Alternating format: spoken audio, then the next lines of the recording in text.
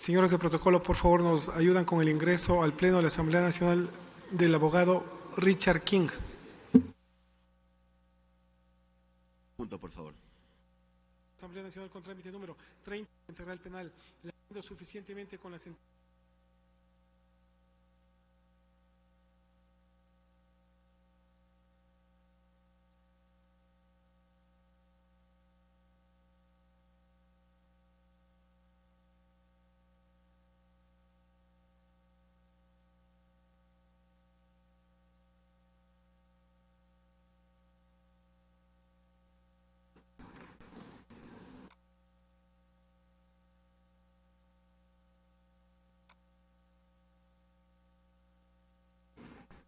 La sesión por un momento para declararnos en comisión. 100 años. Fatiga penal.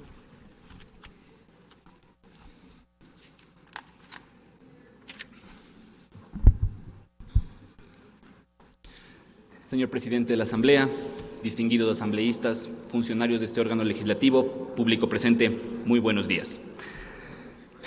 Ha sido solicitada mi comparecencia para exponer ciertos puntos que desde la ciudadanía y desde los abogados en libre ejercicio nos genera preocupación respecto a las reformas que se están tratando en el COIP.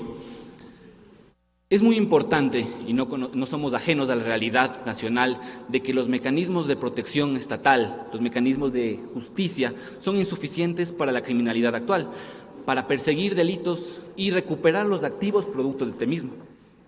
Es así que las reformas planteadas establecen mecanismos interesantes para ello, brindando nuevos instrumentos para una lucha contra la criminalidad organizada. Pero tenemos que ser también coherentes con el sistema de garantías y derechos que establece nuestra Constitución.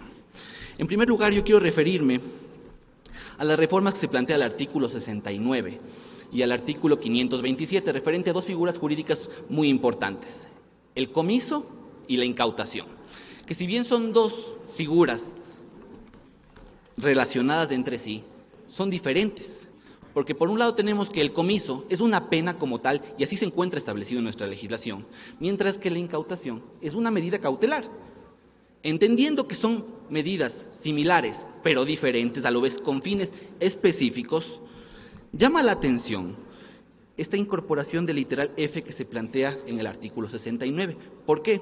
Porque si entendemos que el comiso, como lo determina el propio artículo 58, es una pena patrimonial, una pena que va contra los activos de una persona procesada, una pena que solo puede darse mediante una sentencia, no es concebible, o al menos no guarda coherencia con el ordenamiento jurídico tal como está planteado en el literal F, ya que se establece que el comiso puede establecerse sobre bienes de terceros, bienes que no son de personas que son ajenas a un proceso penal.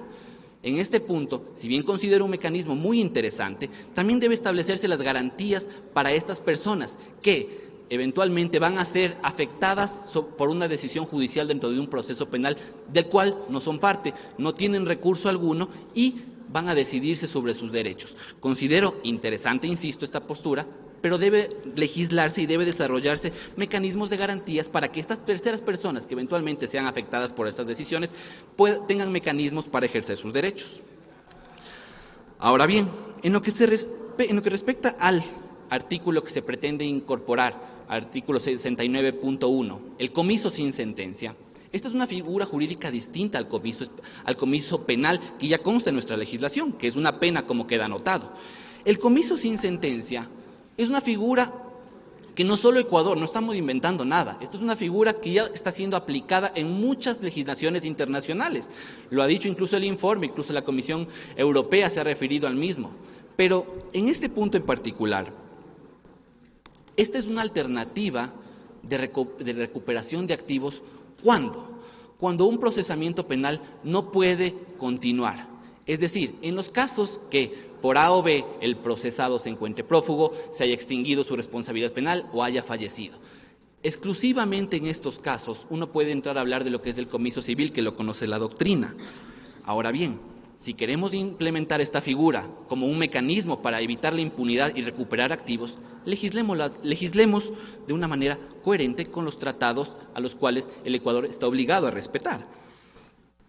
Si referimos en un principio que el comiso sin sentencia es factible, ¿Por qué solo lo estamos dejando para el tema de las personas prófugas? Existen muchos otros casos que personas quedan en impunidad, ya sea por prescripción del delito, por indulto o por fallecimiento, en los cuales no podemos entrar a resolver sobre la responsabilidad penal de la persona, pero los bienes sí pueden y deben ser objeto de una fiscalización por parte del Estado. Ahora bien, si es que pretendemos incorporar esta figura en el Código Orgánico Integral Penal, también tenemos que retrotraer todo esto y respetar las garantías previstas en el propio Código Orgánico Integral Penal. Llama la atención un punto muy importante, que aquí el comiso prevé la venta anticipada de estos bienes.